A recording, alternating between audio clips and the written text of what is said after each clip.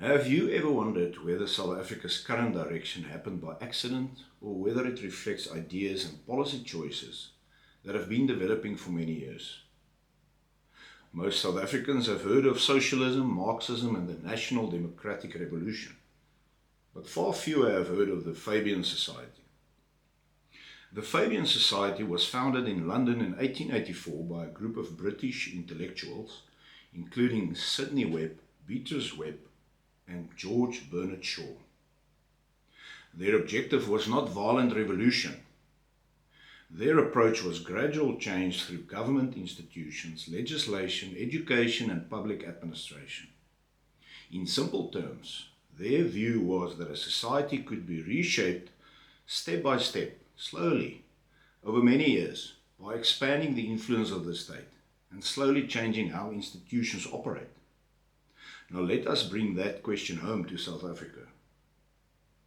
The ANC has long described the National Democratic Revolution, or NDR, as a framework for transforming society.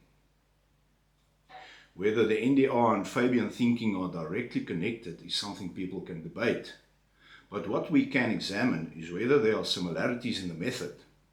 Gradual institutional change, expanded state influence, and long-term transformation through policy. But I want to be fair in this discussion. During the administrations of Nelson Mandela and Thabo Mbeki, South Africa experienced periods of economic growth, investment, and job creation, although those years also had governance challenges. The more serious collapse in confidence, state capacity, and institutional integrity became far more visible after 2009, during and after the Zuma period. That is why I believe the better question is not what happened over the full 30 years of democracy, but what happened after the Mbeki period, when state capture became a defining feature of South Africa's governance crisis. The Zondo Commission later examined allegations of state capture, corruption, and fraud across the public sector and state-owned entities. South Africans saw how governance failures affected institutions such as Eskom, Transnet, Denel, SAA, PRASA, and elements of crime intelligence. State capture was not only about one family, one president, or one company. It was about how appointments, tenders, procurement decisions, political access, and institutional power can be used to redirect the machinery of the state away from the public interest. Has this changed? And we still see the consequences today. Look at policing and crime intelligence. Over the past 2 decades, South Africa has seen a disturbing pattern of senior police leaders being suspended, dismissed, arrested, convicted, charged, or placed under serious investigation.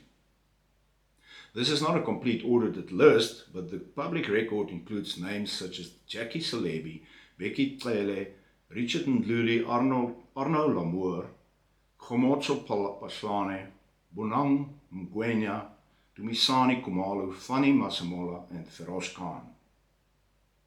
The point is not to convict people in the court of public opinion.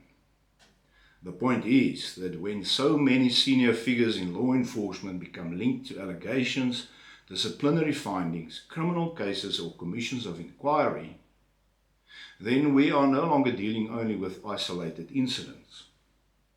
We are dealing with a governance warning signal. And if this is the example set by senior leadership and governance, what is happening down the line? We all know the answers to that. A recent example is Major General Feroz Khan, a senior crime intelligence figure who was arrested recently in allegations relating to unlawful precious metals dealings. Recently also he was shot but survived the ordeal, and obviously this was an attempt to silence him from speaking at the Madlanga Commission. The Madlanga Commission also took possession of electronic devices belonging to him, and evidence relating to him has become part of the broader public conversation about police integrity and criminal infiltration. Again, the issue is not only one individual. The issue is institutional vulnerability. When crime intelligence, policing, and procurement become compromised, the country loses more than money. It loses visibility, it loses early warning capacity. It loses the ability to see threats before they become crises, and that is where governance intelligence becomes essential. Now consider the social grant system. There is no doubt that social grants provide essential support to millions of vulnerable South Africans. For many families, grants are the difference between survival and extreme hardship. But there is another side to this debate. No economy can indefinitely increase social expenditure unless economic growth, employment, and the tax base are growing at a similar rate. If more people become dependent on the state, while fewer people are creating wealth, investing, building businesses, and paying taxes, then the long-term sustainability of that model comes under pressure. Government needs to support this. There have also been documented cases of fraud and abuse in the grant system, where individuals received benefits to which they were not legally entitled. There are also concerns that some people operate in the informal economy while still receiving grants for which they may no longer qualify. Where this happens unlawfully, it diverts scarce public money away from those who genuinely need assistance. The real question is not whether social grants should exist. They should exist as a safety net for vulnerable people. The real question is whether grants should become a permanent destination for increasing numbers of citizens, or whether they should be part of a broader strategy that moves people from dependency to employment and entrepreneurship and economic independence. Surely, the ultimate measure of a successful government is not how many people depend on the state, but how many people no longer need to. This is where the discussion becomes bigger than Fabianism, the NDR or party politics. It becomes a governance question. Are we building a society of opportunity, production, and self-reliance? Or are we building a society where more people become dependent on the state, while the state itself becomes weaker? Are we seeing policy failure, ideological design, corruption, incompetence, or a combination of all these? These are difficult questions, but they must be asked. At the Risk Management Forum, we believe South Africa does not only need compliance, it needs governance intelligence. Governance intelligence means recognizing patterns early. It means connecting information across politics, economics, society, security, and institutional performance. It means asking why warning signs were not visible, why they were ignored, and why leadership failed to act before the damage became obvious. Because history teaches us that ideas shape policy, policy shapes institutions, and institutions shape the future of nations. The question is not only what ideas influenced South Africa. The real question is whether the governance model we are following is producing the society South Africans were promised in 1994.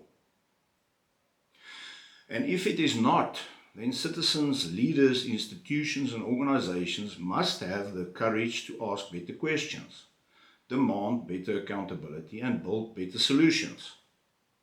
South Africa's future will not be determined only by the ideas we inherit. It will be determined by the decisions we make today. One definite solution to change is to support organizations and individuals that actively work and contribute to a better South Africa. So my call to you today is get involved, put your hand up and join the fight against malfeasance, corruption and non-governance for a better South Africa.